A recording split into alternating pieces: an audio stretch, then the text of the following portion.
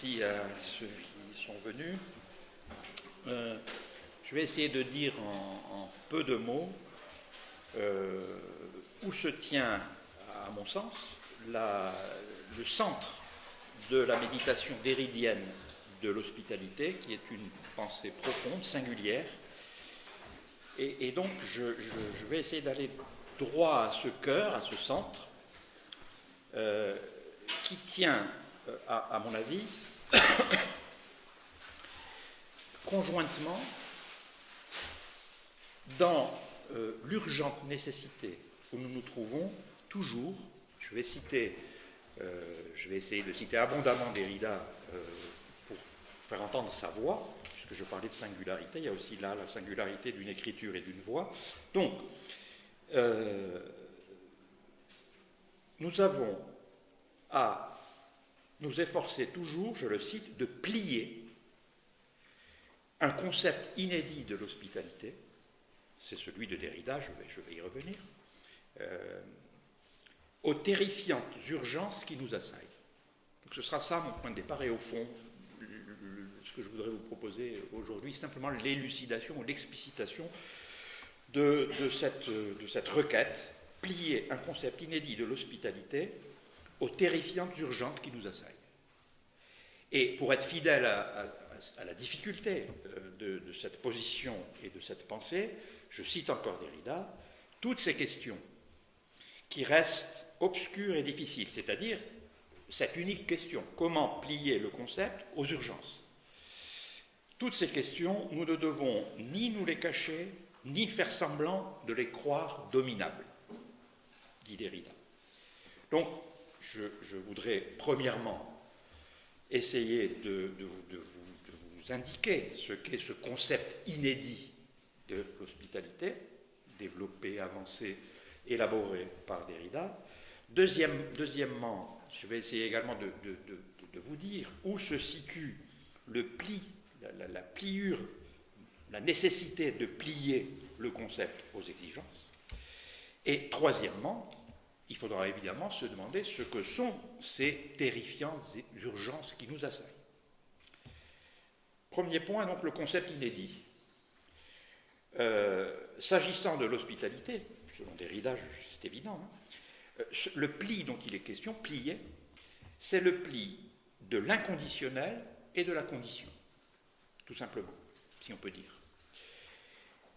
L'hospitalité que Derrida va déterminer comme inconditionnelle, et évidemment tout est là, ne relève originairement ni d'une raison raisonnable, comme dit Pascal, ni d'un choix, d'une initiative ou d'une décision individuelle. C'est un commencement, je reprends, je suis là en plein dans Derrida, je reprends pratiquement ces mots. C'est un commencement d'avant le commencement, une archée, dit-il, un accueil chez soi précédant le chez soi lui-même, et donc plus ancien que cet accueil à proprement parler. Donc cette hospitalité inconditionnelle, ce qu'elle nous dit, c'est que son incondition la précède elle-même, en quelque sorte, sans aucune causalité qui viendrait la prédéterminer ou la causer, en quelque sorte. Sans cette incondition, pas d'accueil possible. Sans la réponse immédiate, Lévinas dirait pré-originaire, sans ce oui ou ce vient performatif dont parle Derrida, on ne voit pas bien comment la question de l'hospitalité pourrait seulement se poser. Cette hospitalité inconditionnelle est de l'ordre, d'ailleurs, d'une expérience, Derrida insiste beaucoup là-dessus, et en particulier dans un très beau commentaire qu'il a proposé de la très belle nouvelle de Camus qui s'appelle L'Hôte, dans L'exil et le royaume. Et cette expérience donc, de l'hospitalité ou de l'accueil est une expérience prélangagière, dit souvent Derrida. Si je parle, si je demande le nom, la provenance, etc., alors, de par la langue même, fasciste, comme on a pu dire, de par la langue même, des conditions viennent à être énoncées. L'accueil inconditionnel, jusqu'à un certain point, est sans langue, préverbal, tacite, muet, etc. Cette hospitalité inconditionnelle et dont vous voyez déjà les innombrables problèmes pratiques, à quoi elle va s'ouvrir. Cette hospitalité inconditionnelle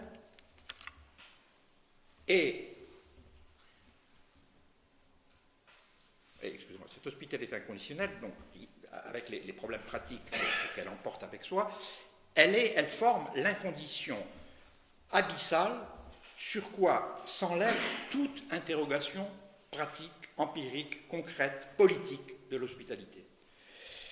Il faut la comprendre comme l'incondition, comme un métaconcept qui viendrait transcender toutes les cultures, toutes les traditions, toutes les pratiques, toutes les institutions.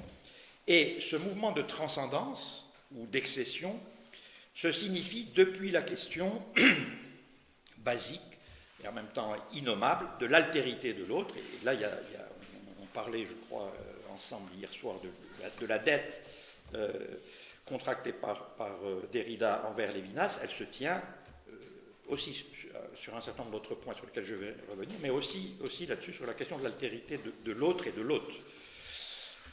Cette transcendance signifie, la transcendance de l'incondition, signifie qu'elle précède là encore tout savoir.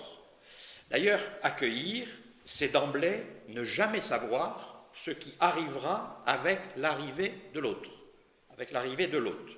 qui peut bien, on ne le souligne jamais assez, donc je m'empresse de le faire, qui peut bien se faire très menaçant, qui peut même devenir mon meurtrier. Je voudrais vous citer, si je retrouve ça, oui, voilà, je cite, peu importe les références, je vous les donnerai si vous voulez, hein. Le danger de l'hospitalité pure, dit Derrida, si une telle chose existe et je n'en suis pas sûr, le danger de l'hospitalité pure, c'est le danger de quelqu'un qui vient détruire votre lieu en commençant une révolution, en volant tout, en tuant tout le monde.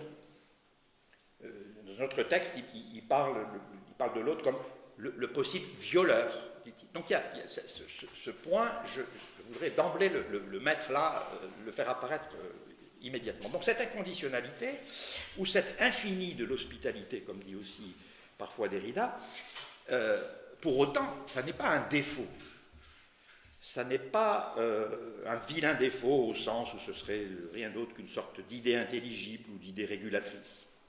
C'est au contraire sa vertu intrinsèque de demeurer, là on est dans la pensée de Derrida, il faudra peut-être qu'on y revienne, de demeurer indéterminé, c'est-à-dire archi-universel, messianique, valant pour tous, au-delà même de tous les humains, l'accueilli pouvant aussi bien être une bête, ou un dieu, ou un ange, comme le pressentaient d'ailleurs les anciens, et là-dessus, Athènes et Jérusalem se retrouvent assez commodément, ce qui est loin d'être le cas, comme vous savez, la plupart du temps.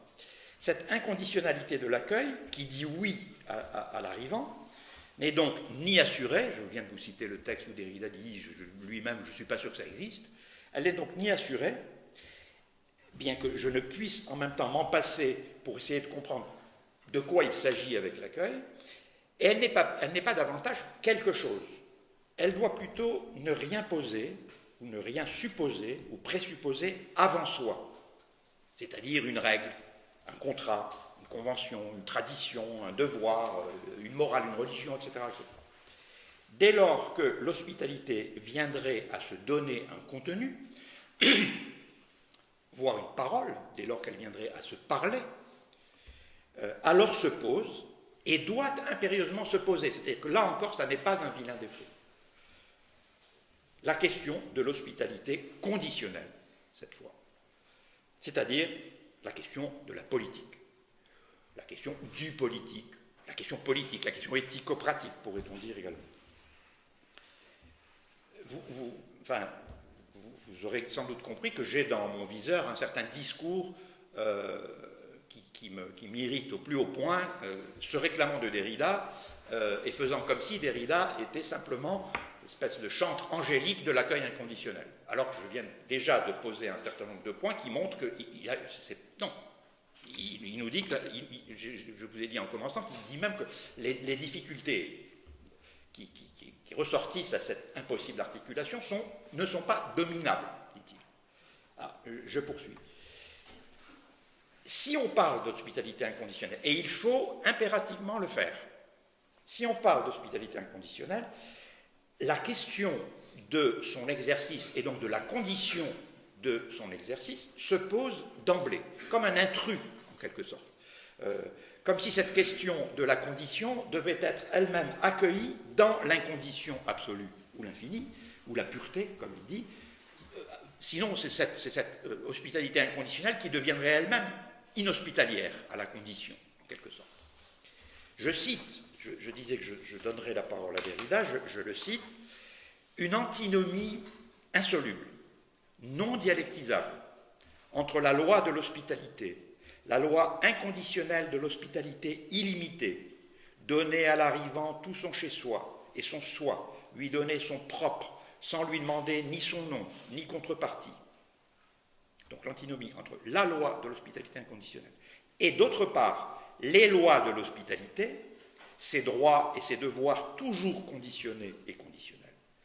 Cette antinomie de l'hospitalité oppose irréconciliablement la loi, dans sa singularité universelle, à une pluralité qui n'est pas simplement une dispersion, mais une multiplicité structurée. La tragédie, je suis encore dans la citation de Derrida, la tragédie, car c'est une tragédie destinale, c'est que les deux termes antagonistes de cette antinomie ne sont pas symétriques. La loi est au-dessus des lois, illégale, transgressive, hors la loi, nomos à nomos, loi hors la loi. Ce matin, dans l'exposé de Catherine Chalier sur Lévinas, elle a évidemment évoqué la source ou la ressource hébraïque de la pensée de Lévinas. Je pense que sur ce point, je vais en dire malheureusement quelques mots, mais de façon très rapide, sur ce point du nomos à nomos, alors là, Derrida le dit en grec, il y a également quelque chose d'une ressource hébraïque, en particulier dans le droit hébraïque, à quoi, finalement, de façon sue ou insu, probablement insu, Derrida se rapporte. Alors,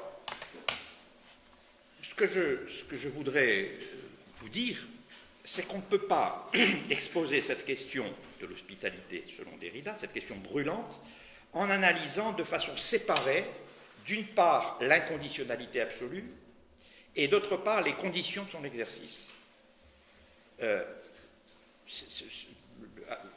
Penser, en quelque sorte, et je pense que c'est sur d'autres objets également, c'est le mérite de Derrida, parler, penser, c'est exactement cela, c'est-à-dire se tenir dans ce qu'il appelle une antinomie insoluble. Ça peut être il peut y avoir une dimension déceptive de cette pensée, qu'il faut aussi, au fond, prendre sur soi. Le mérite dont je parlais de Derrida, c'est de nous avoir obligés à faire de l'hospitalité, et ceci depuis son inconditionnalité absolue, une question d'emblée politique.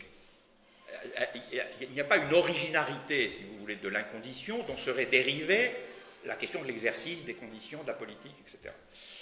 La question de l'hospitalité, elle est d'emblée politique. Elle n'est pas subordonnée à l'inconditionnalité. Simplement, l'inconditionnalité, c'est ce qui permet de la penser. C'est une condition de possibilité de la pensée d'hospitalité, l'incondition. Donc c'est une question politique, d'emblée, et bien sûr, le travail de la pensée, mais aussi le travail de l'exercice ou de la pratique politique, ça consiste à désigner, à repérer, en quelque sorte, presque à appréhender de façon sensible ou intuitive, quelque chose comme le point ou les points de l'antinomie dont parle Derrida, les points d'hétérogénéité, et en même temps d'indissociabilité.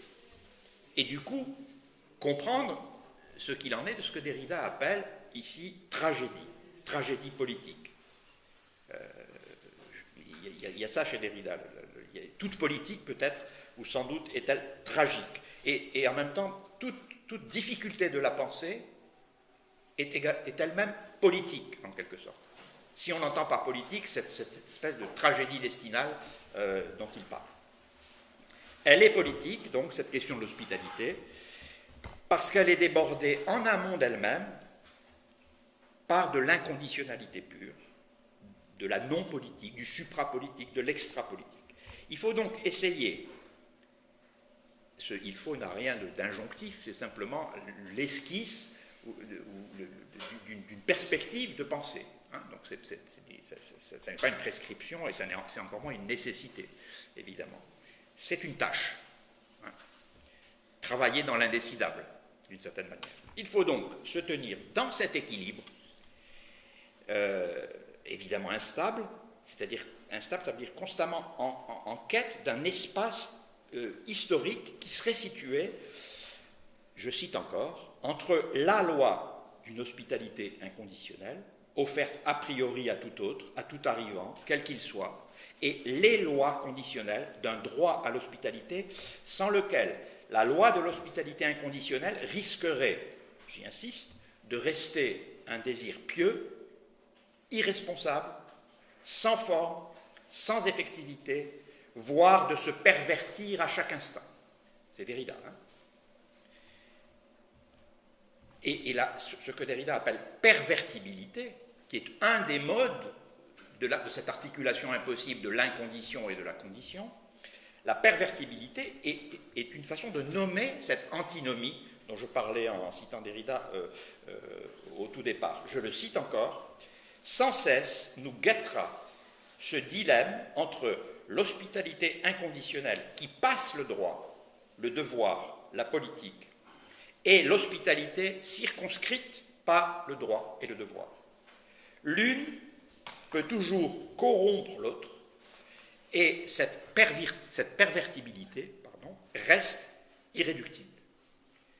Donc, on ne peut pas cesser, en quelque sorte, si on pense l'hospitalité, et si on en a aussi un abord pratique politique ou éthico-pratique ou éthico-politique, on ne cessera jamais de se débattre, si vous voulez, entre deux extensions du concept d'hospitalité, selon qu'on règle l'habitat, ça nous ramènerait à des choses dont on a parlé hier, mais ethos, vous le savez, hein, c'est le séjour, c'est la demeure. Donc, quand Derrida dit l'éthique est hospitalité, c'est presque une tautologie, d'une certaine façon. C'est-à-dire que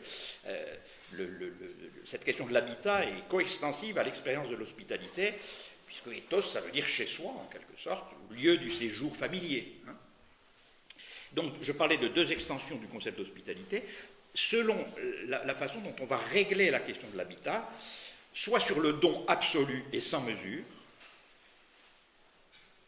ou au contraire, l'échange, la proportion, la forme. C'est Lévinas qui disait comme ça, oui, accueillir l'étranger chez soi, c'est salissant, ça salit son tapis et sa table de salon. Hein. C'est donc bien une question, vous voyez, d'accueil chez soi. Hein.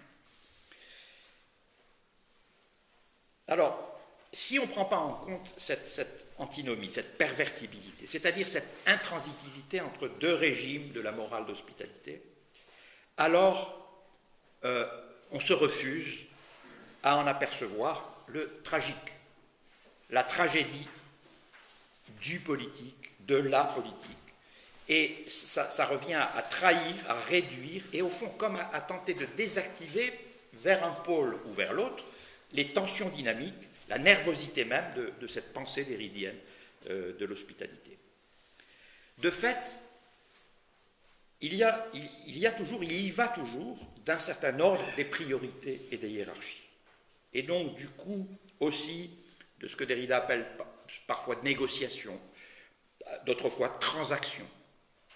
Et au fond, la politique, c'est rien d'autre qu'une façon, enfin, c'est un niveau de très grande généralité, hein, une façon d'articuler cet ordre des priorités, des hiérarchies, et la transaction elle-même, autour de la question précisément de cet ordre. C'est-à-dire que la loi de l'hospitalité, elle vient aimanter et évidemment troubler la fausse stabilité des lois conjoncturelles de l'hospitalité. Mais en même temps, il faut pouvoir examiner comment les lois peuvent questionner et troubler profondément également l'inconditionnalité de la loi, qui est toujours menacée, Derrida le dit, j'ai cité ce texte tout à l'heure, l'inconditionnalité de la loi est toujours menacée d'une sorte d'angélisme, ou de quiétude angélique. c'est un peu comme ce que disait Peggy de la loi morale chez Kant, c'est-à-dire que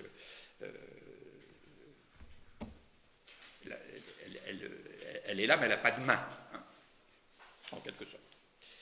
Ma question, la seule question que je voudrais poser en réfléchissant avec vous à ce statut de l'hospitalité dans la pensée de Derrida, la question que je me suis posée dans d'autres textes un peu plus amples, qui revêtait également l'aspect d'une enquête, quasi historique ou juridico-sociologique, enfin je ne sais pas quoi, la question qu'il faut donc se poser, à partir de cette antinomie absolue, c'est comment a été converti, sachant que cette question de la convertibilité, qui est impérieuse, mais elle se pose toujours au risque de la pervertibilité, comment a été converti au fil du temps, au fil de l'histoire, l'hospitalité inconditionnelle en un droit des hôtes, un droit conditionnel, comme tout droit. Comment s'est constituée l'histoire de longue durée du droit social des étrangers, par exemple, dans tel ou tel pays, dans telle ou telle conjoncture nationale. Une politique de l'hospitalité, ou peut-être toute politique de l'hospitalité, consistera justement dans cette conversion, consistera à convertir stratégiquement, au risque de la pervertibilité, l'ennemi en hôte, l'hostis hostile en hostis invité, en s'en faisant l'hospes accueillant. Vous savez, Benveniste nous a instruit de ça, que hôte en français et dans quelques autres langues indo-européennes, hôte est le nom unique qui désigne à la fois celui qui accueille et celui qui est accueilli, mais ça, vous le savez parfaitement.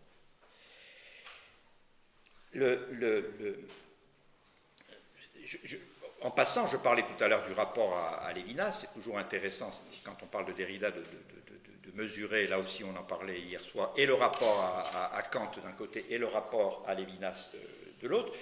Ce que Lévinas appelle justice, je ne vais pas développer, mais c'est précisément une des modalités de cette intransitivité qui exige en même temps quelque chose d'un passage entre l'éthique, la proximité chez Lévinas, le face-à-face, et précisément ce qu'il appelle justice.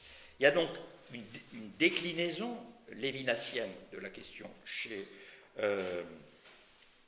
Derrida. Je viens de le suggérer. La question de l'hospitalité est aussi chez lui posée souvent avec les mots, voire partiellement avec les concepts de Kant. En particulier le rapport, la lecture que fait Derrida de l'idée de paix perpétuelle, ou de ce qu'on trouve chez Kant, en particulier dans le texte en question, sur le droit de visite permanent. Hein. Vous connaissez peut-être cette expression, le droit de visite permanent, enfin l'expression est de Kant, qui serait, c'est Kant qui le dit, à l'origine même du colonialisme. Je vais peut-être, si j'ai le temps, y revenir. La question, si on veut la reformuler en termes kantiens, mais c'est au fond une seule et unique question. Comment passer du catégorique à l'hypothétique ? Comment passer entre convertibilité et pervertibilité, comme par le passage de T3, hein, comme par le chat d'une aiguille, pour citer les évangiles, de l'inconditionnel à la condition, c'est-à-dire de la vertu individuelle, qui peut être une vertu théologale, qui peut relever justement de la religion, au devoir social. Comment passer, si on veut le dire avec les mots de Lévinas, du face-à-face à la société, du deux, je dirais la chose de cette façon, comment passe-t-on du deux à l'innombrable ? Ce passage n'est jamais assuré. On ne peut pas négliger l'éventualité d'une impossibilité de transiter d'un registre à l'autre, d'où le tragique, ce qui fragilise, sans l'exclure, l'idée même d'une politique de l'hospitalité. Rien n'est moins assuré, rien n'est moins stable. Il y a là constamment des choses qui sont vacillantes. J'avais l'intention, mais je pense que je vais manquer de temps de toute façon, j'avais l'intention de faire un détour, je l'ai suggéré tout à l'heure, et par la xénia des Grecs, en me référant en particulier de l'épisode où Ulysse est accueilli par les Phéaciens, par le roi des Phéaciens, et un détour un peu plus précis et long par la tradition juive de l'hospitalité. Je n'ai pas le temps de le faire, mais on peut y revenir dans la discussion.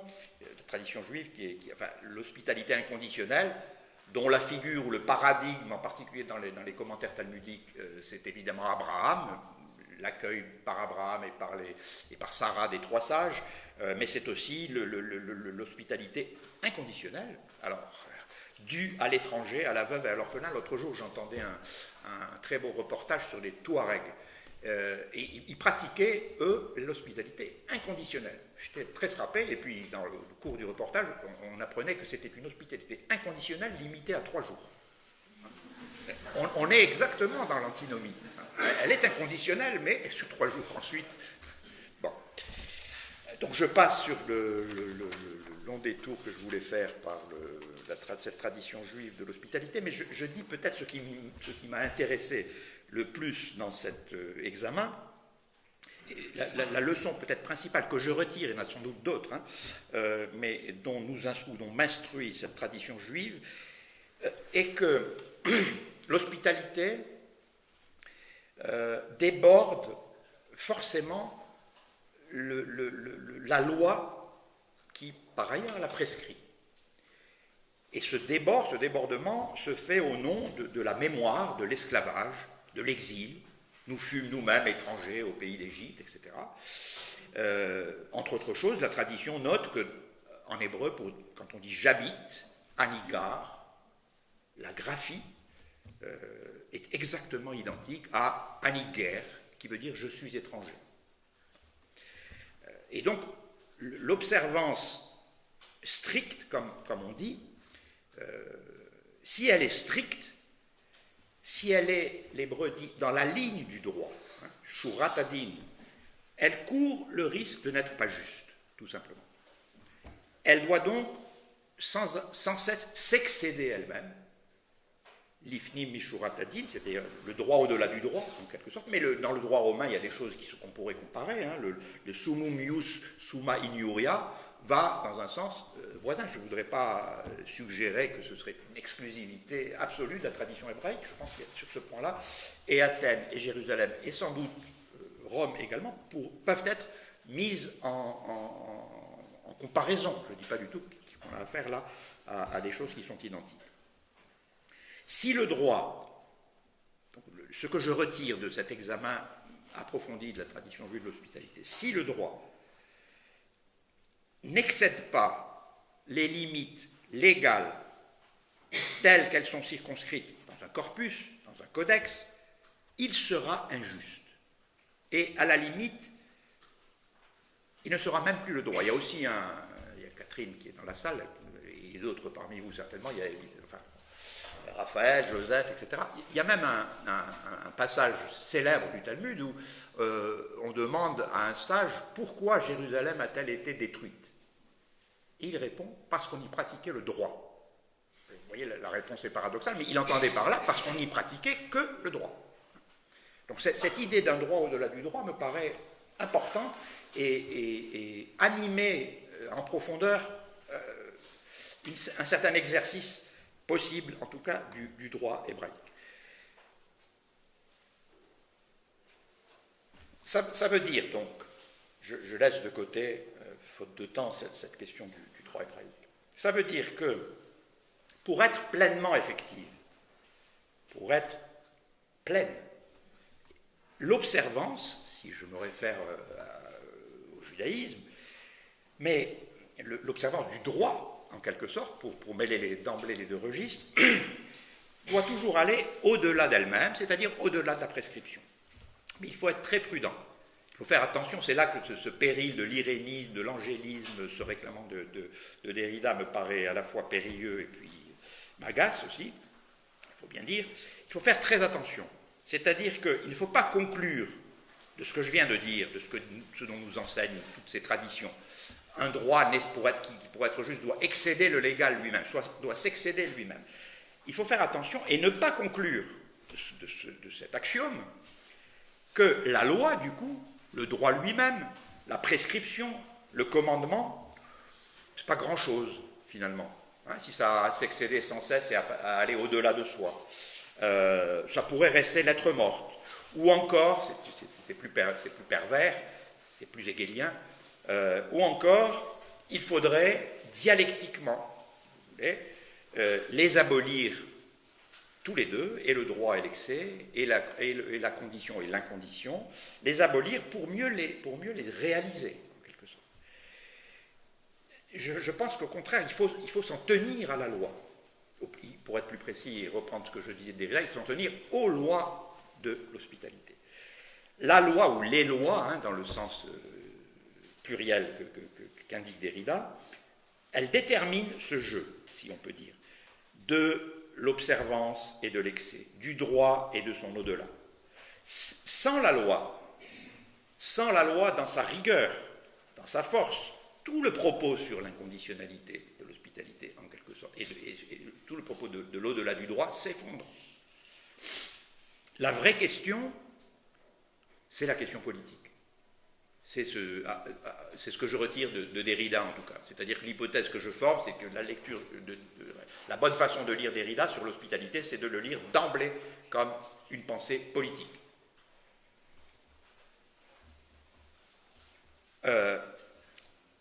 J'étais en train de dire donc, que si on note la loi, c'est au fond toute l'architecture de l'inconditionnalité qui elle-même s'écroule, en quelque sorte. La question, je disais, immédiatement politique, qui peut être casuistique, qui en tout cas est de l'ordre de la transaction, consiste à se demander,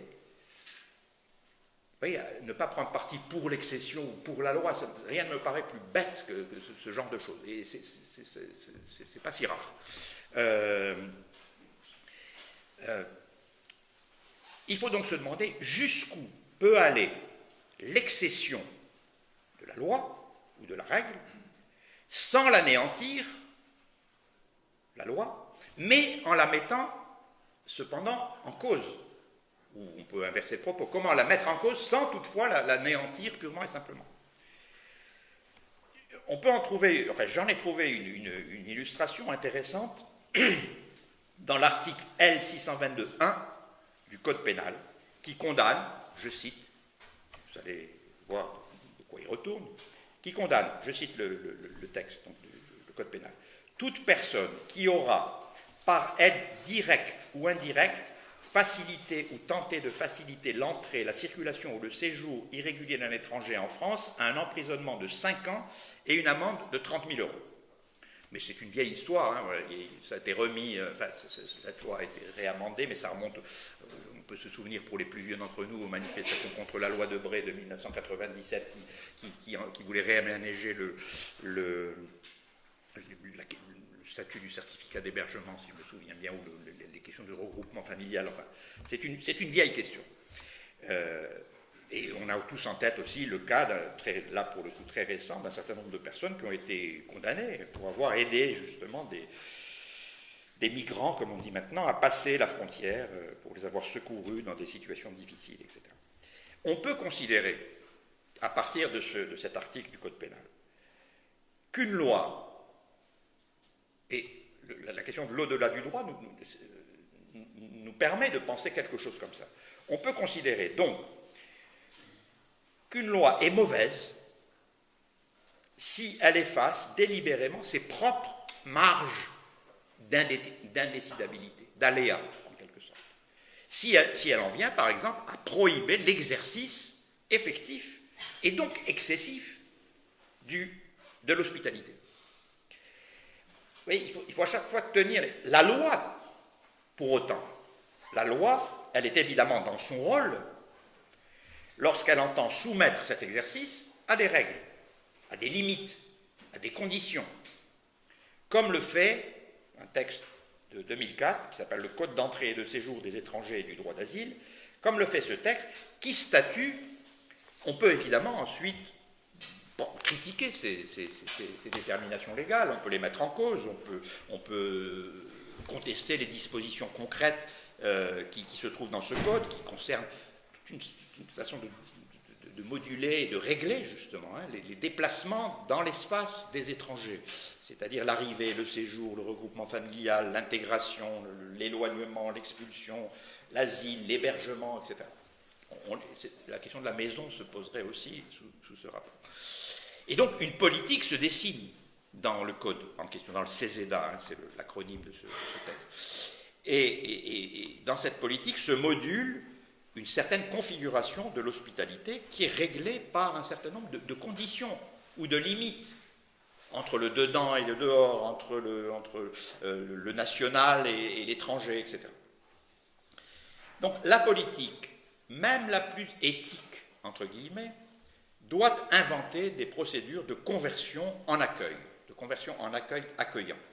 Elle advient donc toujours à partir d'une épreuve où est aussi engagé, peut-être gagé, parié, un renversement qui se produit toujours depuis des conditions, des pratiques de sociabilité, des dons, des contre-dons, des services, des secours, etc. etc. Mais, vous voyez, en même temps, on peut aussi considérer que la loi sort de son rôle lorsqu'elle interdit purement et simplement l'hospitalité elle-même, le devoir d'hospitalité.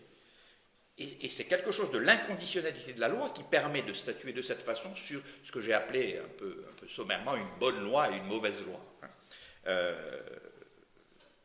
Si une loi interdit le devoir d'hospitalité dans ses excès même, dans les excès qui sont intimement associés à l'exercice de l'accueil, alors elle est mauvaise, pourrait-on dire. En revanche, ou en retour, si l'hospitalité inconditionnelle, abrahamique dans la tradition juive, n'a que faire de ces déterminations légales. Vous voyez, au fond, pendant 3 jours, elle n'a que faire des déterminations légales. Mais il serait complètement fallacieux de conclure au caractère inutile, néfaste, de la détermination légale elle-même. Il faut sans cesse, au fond, le rappeler pour être fidèle à l'injonction déridienne d'avoir à penser ce pli de l'incondition et des exigences à quoi l'incondition est soumise. L'hospitalité politique, l'hospitalité conditionnelle, sera nécessairement et toujours soucieuse de la contrepartie de l'accueil. Elle ne peut pas faire autrement, sinon elle ne serait plus politique, elle ne serait plus juridique.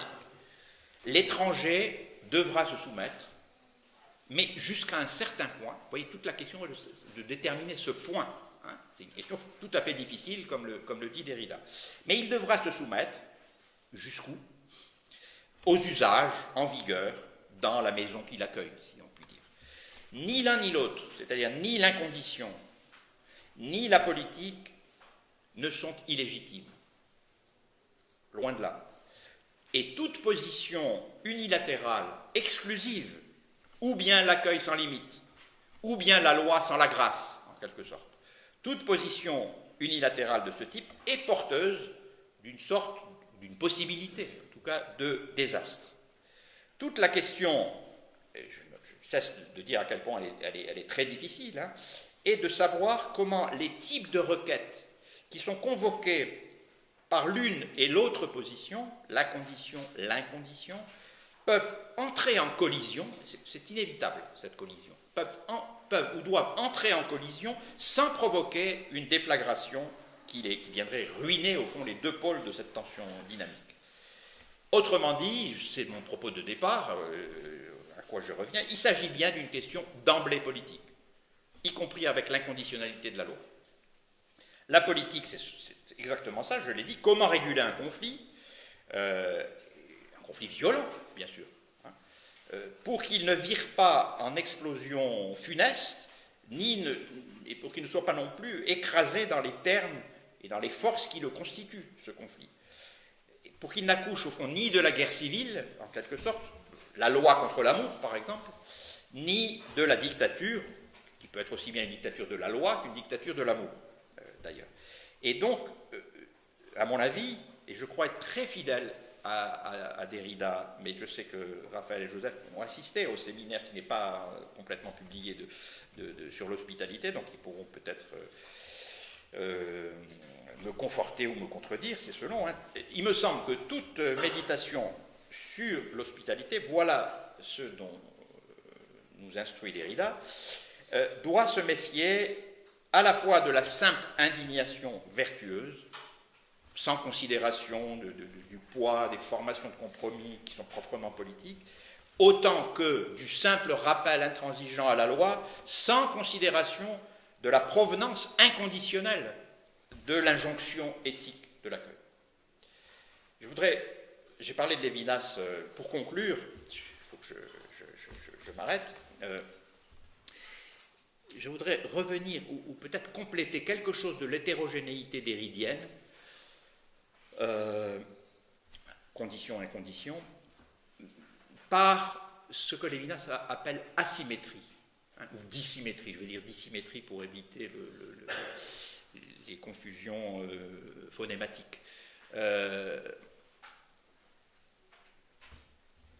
Le propos déridien sur l'hospitalité, on peut donc l'ouvrir sur ce qu'il ne dit pas expressément, et sur quelque chose, cette dissymétrie ou cette asymétrie qui lui est relativement extérieure et qui me semble l'éclairer de façon singulière et, selon moi, très stimulante. L'hospitalité, elle prend forme comme structure asymétrique, d'emblée. L'accueillant et l'accueilli se tiennent, et c'est au fond, c'est le cas dans toute relation éthique au sens de Lévinas. L'accueillant et l'accueilli se tiennent à des places qui sont des places non interchangeables, qui sont des places non réciprocables. Toute réciprocation des places structurelles, en quelque sorte, de l'accueillant et de l'accueilli, toute restauration forcée d'une symétrie est la marque d'une violence, ou bien larvée, ou bien explicite. Je vais le dire de façon concrète, en ayant Lévinas évidemment ici en tête. Si l'accueilli, l'hôte, s'installe dans un « je fais comme chez moi », c'est l'exemple que prend Kant quand il parle du droit de visite permanent. Si l'accueilli dit « je fais comme chez moi », s'il l'impose délibérément à l'accueillant, la violence est incontestable, me semble-t-il. Mais asymétriquement, c'est la richesse de cette notion lévinassienne d'asymétrie, si asymétriquement, l'accueillant, celui qui accueille donc, ne dit pas, lui, performativement, fais comme chez toi, alors il y a aussi, évidemment, une violence possible ou larvée qui signifie rien d'autre, dans ce cas-là, qu'un refus d'accueillir, en quelque sorte. Vous voyez, c'est ça l'asymétrie, la non-réciprocité. Il est inconcevable que celui qui arrive, celui qui est accueilli, dise « je fais d'emblée comme chez moi », mais il est tout aussi inconcevable que celui qui accueille ne lui dise pas « fais comme chez toi ». Chacun comprend ce que je suis en train de dire parce que chacun a déjà accueilli, ne serait-ce qu'un ami, enfin voilà. Cette structure asymétrique est celle même de l'accueil. Tout dépend donc, vous voyez, de l'assignation asymétrique des paroles, des sujets, et au fond, le même propos n'est pas le même propos, c'est l'intérêt de la notion lévinassienne d'asymétrie, s'il est proféré par l'accueillant ou par l'accueilli. Et ce que j'ai suggéré de faire, mais je l'ai fait de façon implicite, c'est de relire l'ensemble des énoncés déridiens sur ce pli de la condition politique et de l'incondition éthique, pourrait-on dire, à la lumière vive de la symétrie. Je m'arrête là et je vous remercie. Je vous laisse la parole. Ali. Oui, merci beaucoup Gérard pour ce très bel exposé. J'ai deux questions, une à partir de ce que tu viens de dire sur la structuration asymétrique. Je donne un exemple et puis j'essaie de voir comment tu réagirais par rapport à cet exemple. L'exemple, c'est celui-ci. C'est un exemple réel. Au nord de Stockholm, il y a une ville qui s'appelle Olden qui est à 1h40 d'avion de Stockholm, une ville très froide, il fait moins de 25 degrés, et où le gouvernement suédois a accueilli une famille de réfugiés syriens. C'est une ville qui est construite comme une garnison par rapport à la période de la guerre froide, et la garnison est frontaux, maintenant il n'y a plus rien. Et c'est là que les réfugiés ont été accueillis. Ils ont le droit juste de descendre, dépenser les quelques sous dans le supermarché, ou bien fumer dehors et remonter en restant enfermés. Bon, pourquoi je dis ça? Parce qu'en réalité, quand ce gouvernement a été voir comment ça se passait, la famille syrienne a tenu, une des familles syriennes a tenu à préparer le thé et à recevoir le gouvernement suédois. Et pour eux, ils ont dit, nous, on est accueillis quand on peut accueillir. C'est-à-dire que si vous nous ôtez la possibilité d'accueillir, on n'est pas accueillis.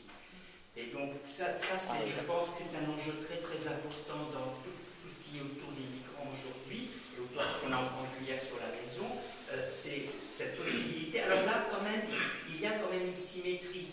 Oui. Voilà, mais c'est pas certainement celle dont tu as parlé, j'aimerais ta réaction là-dessus. Et le second exemple, moi j'ai entendu toute la deuxième partie comme une partie très kantienne, à partir de ce que dit Kant dans la doctrine du droit, quand il définit l'équité comme un droit sans contrainte, en disant bien que l'équité ne peut se comprendre que parce qu'il y a le droit, vu que l'équité n'est pas de la bienveillance. Et il dit quand on est dans la bienveillance, on tourne le dos au droit, mais quand on est dans l'équité, on essaie de corriger le droit. Et d'ailleurs, il cite l'adage latin sumum ius summa iuria.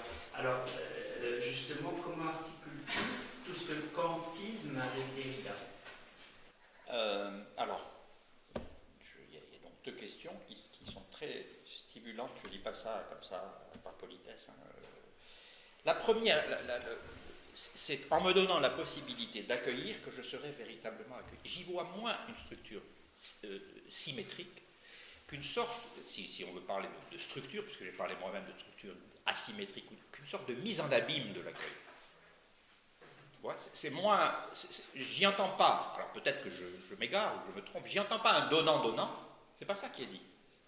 Ce que disent les réfugiés syriens, c'est nous voulons accueillir, mais la condition de ce pouvoir accueillir, c'est évidemment, c'est pas une condition symétrique, d'ailleurs ils ne seront pas accueillis par le gouvernement suédois comme eux-mêmes accueillent les représentants du dit gouvernement. J'y vois une structure de mise en abîme de l'accueil, c'est-à-dire qui me fait penser plus qu'à une sorte de restauration de la symétrie, peut-être qu'il y a ça aussi, hein, mais qui me fait penser davantage à ce que Derrida appelle l'infini. La mise en abîme, c'est l'ouverture comme ça d'un infini de l'accueil. Parce qu'au fond, à cette requête de cette famille, le gouvernement suédois pourrait à son tour creuser en quelque sorte. Hein. Il y a une sorte de creusement ou de mise en abîme, peu importe l'image, de ce qu'est l'accueil. J'y vois davantage. Alors sur Kant, que je n'ai fait que je suis entièrement d'accord, je n'ai aucune raison de m'en cacher. Ça n'est pas une plaie de la pensée, et ça n'est pas faillir à quoi que ce soit que d'être sur cette question de l'hospitalité et sur cette différence fondamentale entre le droit et la morale. Vous savez ce qu'on peut lire dans Mein Kampf d'Adolf Hitler. Oui, on lit, il écrit la chose suivante. L'État total ne tolérera aucune différence ou écart, je ne sais plus, entre le droit et la morale.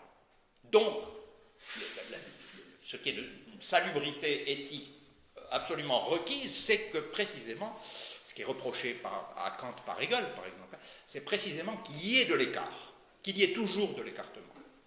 S'agissant de la loi morale, par exemple, Kant dit qu'elle est de l'ordre d'une autocontrainte, Selbstzwang, une autocontrainte, alors que précisément, il faut qu'il y ait, s'agissant de l'équité, tu l'as rappelé, il faut qu'il y ait quelque chose qui s'exerce sans contrainte. Donc on est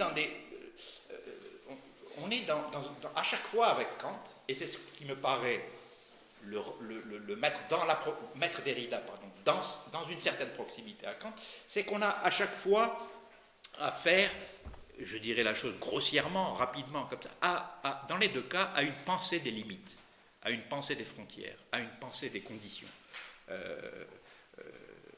Il s'agit à chaque fois de trouver le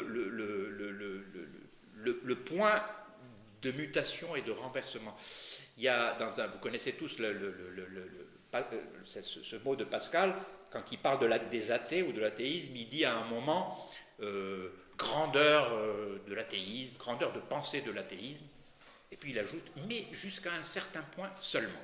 Pour moi, l'exercice de la pensée, c'est exactement ça, trouver ce jusqu'à un certain point seulement. Et cette requête de pensée, il me semble qu'elle est partagée, mais qu'elle est parfaitement partagée et par la critique kantienne et par la déconstruction derridienne. Je pourrais développer davantage, mais c'est pour répondre au moins rapidement comme ça à ta question. Oui, je vous écoute, oui. Prenez la parole comme ça, je ne peux pas la distribuer. Voilà, j'avais une petite interrogation. Lorsque vous développiez cette dialectique presque insoluble de l'hospitalité inconditionnelle et du droit, disons, vous la traduisiez dans une antinomie entre le catégorique et l'hypothétique, entre la vertu théologale et le droit, et là, avec une référence législatienne, vous disiez entre le face-à-face et l'innombrable. Alors, il y a peut-être une petite réserve à ce sujet-là, parce qu'il me semble que lorsqu'on rentre uniquement dans le cadre de la relation intersubjective à deux, du face-à-face, là, il semblerait qu'il y ait justement une sorte d'antinomie incompatible entre l'inconditionnalité d'un accueil et d'une hospitalité préoriginaire, anarchique, sans commencement et sans commandement, et le droit temporel des lois effectives. Mais l'innombrable, est-ce que ce n'est pas plutôt une antinomie chez Lévinas entre si le problème de l'inconditionnalité absolue de l'éthique existe, et que c'est un point politique, est-ce que ce n'est pas le problème du face-à-face et du tiers? Oui, parce bien que sûr. Justement, voilà. Donc là, vous avez vous-même posé la question et répondu à la question. Pourquoi vous avez raison, cette notion-là d'innombrable était peut-être un peu obscure, et je comprends.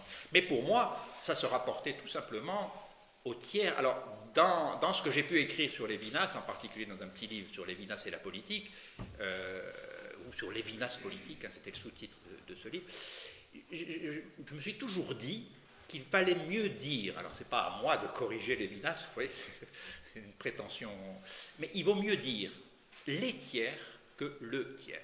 Alors le tiers, c'est une figure structurale, je le vois très bien, mais ce qui se passe quand on regarde un peu la scène que décrit Lévinas, en particulier à la fin d'Autrement qu'être, c'est que, vous voyez, je suis face au visage. Nous sommes deux. Je suis face au visage, le visage me commande de toute sa hauteur. Mais il fait plus que me commander, il peut même me persécuter, etc. etc. Et il y a là-dedans quelque chose qui est justement préoriginaire, comme dit Lévinas, et en même temps qui porte c'est pas tant dans Autrement qu'être, qui porte une extraordinaire violence. C'est pas moi qui le dis, c'est Lévinas. Il parle, à propos du duo éthique, il parle, je cite son expression, d'une barbarie sauvage de l'altérité. Barbarie sauvage de l'altérité. Qu'est-ce que ça veut dire? Ça veut dire qu'on ne peut pas tirer, et là, vous voyez, la dette de Derrida à l'endroit de Lévinas me paraît patente, il hérite de ça, il en fait autre chose, mais rien ne serait plus catastrophique que de tirer, là aussi ce sont des choses qu'on entend comme ça, que de tirer une politique, ou même une vague inspiration politique, depuis cette éthique. Parce que cette éthique est injuste. L'amour est injuste, hein, on pourrait dire que l'amour aussi c'est une structure comme ça à deux. Qu'est-ce que ça veut dire? Pourquoi est-elle injuste? Parce que dans le scénario, la scène que décrit Lévinas, le duo, ce face-à-face, il est cerné par, c'est pour ça que je dis les tiers, et même par des tiers dont la présence est spectrale. Pour expliquer tout ça à des étudiants, je dis que c'est comme des zombies, ces tiers. Ils sont là et ils viennent inquiéter et empêcher le duo éthique au nom de la justice. Parce que tout ce que revendiquent les tiers, c'est de pouvoir eux aussi entrer dans une relation de type éthique. Et donc, comme dit Lévinas, ils crient justice. Donc, ce crier justice détermine chez Lévinas l'instance d'une pensée du politique. le problème avec Lévinas, mais c'est sa force aussi, c'est-à-dire qu'il lègue à ses lecteurs cette idée qu'il y aurait une instance éthique qui ne peut pas se convertir en politique, quoi qu'on fasse, qui ne peut pas, évidemment, qui ne peut pas se médiatiser, qui ne peut pas se dialectiser, qui ne peut pas former un rapport, parce que s'il y a un rapport, il y a quelque chose d'une totalité qui se reconstitue, comme entre l'incondition et la condition. On ne peut pas les mettre dans un même rapport dialectique. Je l'ai indiqué rapidement, c'est pour ça qu'il ne s'agit pas d'une dialectique. Et donc, il faut, en méditant Lévinas, en méditant Derrida, il faut, peut-être pour chacun d'entre nous, même plus collectivement, dès lors qu'il s'agit de penser, et a fortiori dès lors qu'il s'agit, par exemple, d'avoir une pratique effective de l'accueil, il faut, à chaque fois, je ne peux pas dire les choses autrement, c'est peut-être insatisfaisant, mais je ne peux pas dire les choses, à chaque fois, essayer de déterminer jusqu'où peut aller l'incondition. Jusqu'à un certain point seulement. L'expression de Pascal me paraît merveilleuse, parce que moi, je suis, après bien des vicissitudes de pensée et bien d'avoir traversé bien d'autres pensées, enfin bon, je ne vais pas raconter mon histoire, mais j'en suis à me dire que l'exercice de la pensée, aujourd'hui, ça n'est rien d'autre que tâcher de déterminer patiemment, parfois impatiemment, avec les risques même de l'impatience, ce point, jusqu'à un certain point seulement. Voilà. Donc l'innombrable, c'était pour moi simplement, ce que j'entendais par là, la multiplicité des tiers, la multiplicité spectrale des tiers. Oui. Une petite question, je la branche directement, je l'ai venu d'ailleurs. Déterminer jusqu'où peut aller l'incondition, comment vous articulerez ça, enfin, quelle approche de la nouvelle internationale de partir de là, parce qu'il s'agit quand même de ça, dans la détermination de l'incondition. Chez Derrida, vous donneriez, c'est quand même une question connexe à celle de là. Comment aménager les transactions? Oui, enfin, non, mais voilà. par définition, j'allais dire par nature, mais ce serait un mauvais mot, par définition, les transactions politiques sont conjoncturelles. Donc je ne peux pas c'est impossible de les prédéterminer rationnellement à l'avance. Simplement, l'inconditionnalité absolue, c'est quelque chose qui irradie, en quelque sorte, le questionnement politique. Et si on peut juger que l'article du Code pénal que j'ai cité forme une mauvaise loi, c'est depuis l'inconditionnalité absolue, à partir de quoi s'enlève et se lève en quelque sorte la possibilité même d'une pratique de l'accueil. Non, on ne peut pas, c'est impossible de renoncer, sinon de renoncer à l'inconditionnalité absolue. Et c'est impossible de s'y tenir avec constance et tranquillité. Voilà. C'est à partir de ces deux impossibilités que Derrida pense, et qui pense quelque chose qui n'est pas immédiatement décidable. Vous voyez, comment faire de l'indécidable, comment transformer l'indécidable en une décision politique, et la décision politique est requise. Donc, c'est cette double impossibilité qui me paraît caractériser même la façon de penser, pas seulement sur l'hospitalier, la façon de penser de Derrida. Je vous écoute, hein, prenez la parole successivement, allez-y, je vois plusieurs mains qui se sont levées, oui. Justement, concernant la question de l'hospitalité, est-ce qu'on n'est pas en train de faire un petit peu le mélange, de confondre, est-ce que c'est vrai qu'on accueille parfois, à des gens qui n'en devraient pas, et on montre les images, parce que du coup, les gens pour moi qui sont intégrés, qui sont depuis des années, c'est vrai qu'aujourd'hui, des éminents, mais surtout en tant que femme, on confond, rentre chez toi, même si tu es depuis des années, même si, du coup, et c'est pour ça qu'aujourd'hui, il y a aussi beaucoup, on montre les images, quelques-uns, mais c'est souvent, effectivement, les femmes et les enfants qui sont dehors, mais les hommes, ils sont très bien accueillis, et sachant, c'est pas l'hospitalité, c'est plus on mélange un peu tout, les images, les côtés politiques, parce que ça profite à quelques-uns. Et du coup, ceux qui ont droit, du coup, c'est presque beaucoup de Français qui sont obligés de se réfugier, parce qu'ils ne savent pas, des victimes ou des gens que les structures, la police, tout ça, n'ont plus le temps de traiter d'éléments. Comme je dis, souvent, les femmes, on est en première ligne.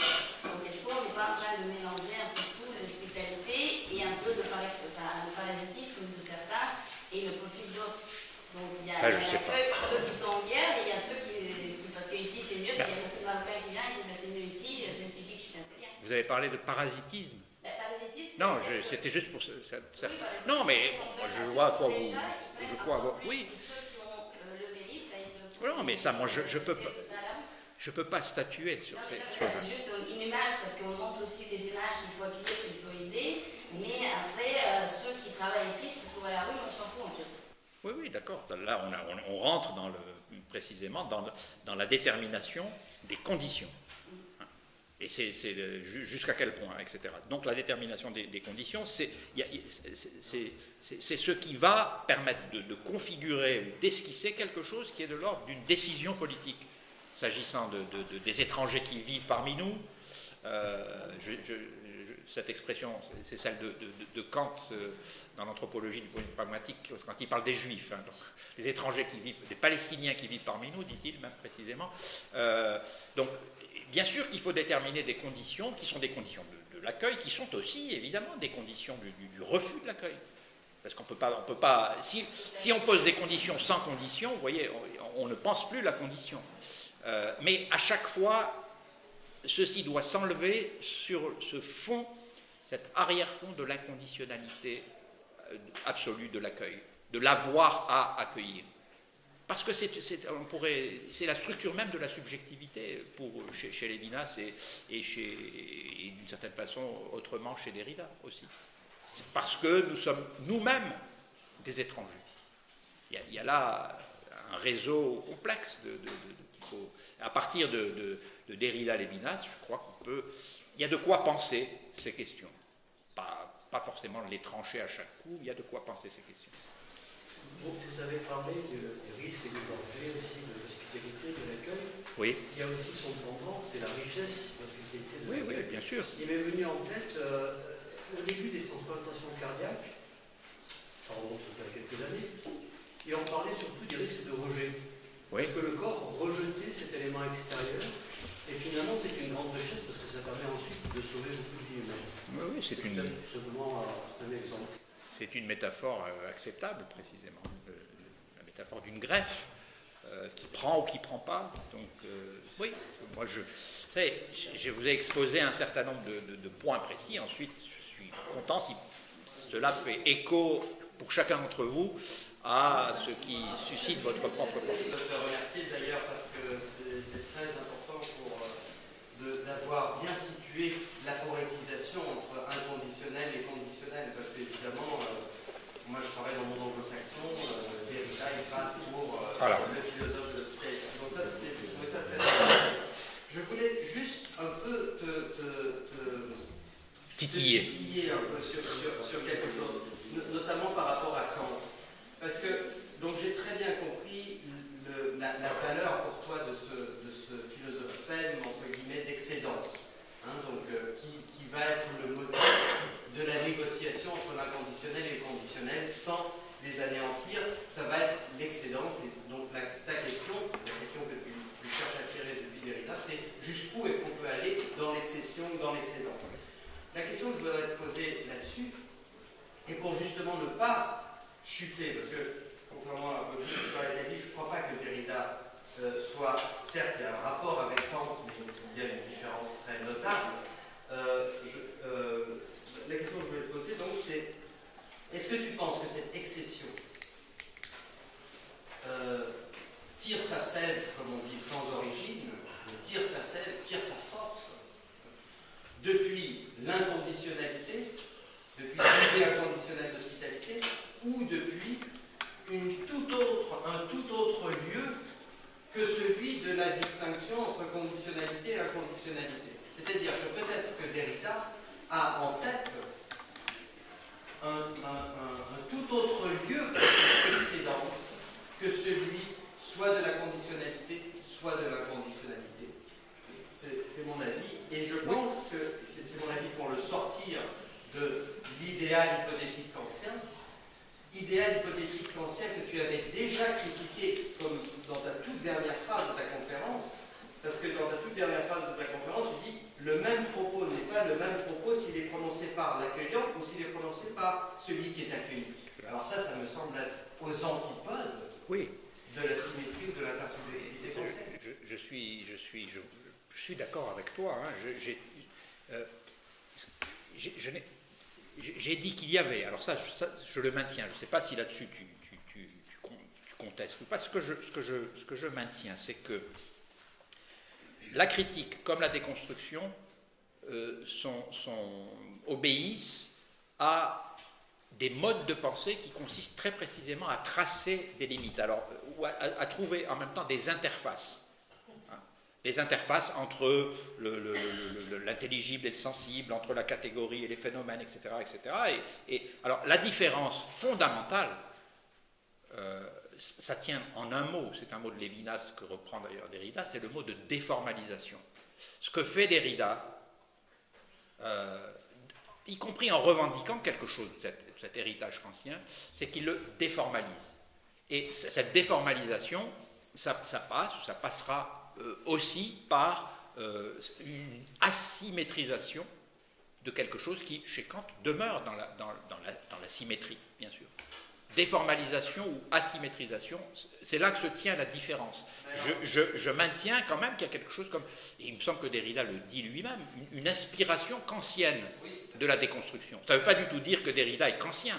Non, hein? D'accord, mais cette déformalisation, alors, est-ce qu'elle tire sa source depuis le binôme inconditionnalité, inconditionnalité, ou est-ce qu'elle tire sa source ou sa force, je préférerais dire, que sa source, puisque évidemment on est dans le lieu originaire, tire sa force depuis un tout autre lieu que celui de, je suis d'accord, de la limite entre condition, incondition, entre hospitalité, inhospitalité. Mais ce lieu, ce serait, tu penses à quoi? Oui, c'est ça la question pour Derrida, à mon avis, mais je pense que, il me semble que cette excédence ne doit pas être prise ni dans le droit, ni dans la conditionnalité de l'hospitalité, ni dans le droit. Elle doit être prise dans un tout autre lieu. Oui, le nom derridien de ce lieu, à mon avis, c'est l'indéconstructible de la justice. Et c'est là que se joue cette déformalisation. Donc ça veut dire que ce lieu, c'est aussi le lieu qui est déterminé ailleurs comme le lieu de l'inconditionnalité absolue. Mais ne penses-tu pas que ça affecterait donc la question jusqu'où? Peut-être ça affecterait donc la question jusqu'où? Si le lieu de cette excédence doit être autre que dans le binôme entre conditionnalité et inconditionnalité, eh bien peut-être que l'excédence ne se posera jamais la question jusqu'où puis-je aller, jusqu'à quelle limite. D'accord. Là, premièrement, alors, on peut discuter ce point dans Derrida. Hein. L'indéconstructible, c'est quand même une sorte de butée. C'est l'extrême jusqu'où l'indéconstructible. Hein, je peux toujours déconstruire, et je dois déconstruire autant que je veux, les systèmes juridiques, le droit, les catégories politiques, etc., etc. À un moment, ça cogne sur ce qui n'est plus déconstructible et qu'il appelle la justice. Donc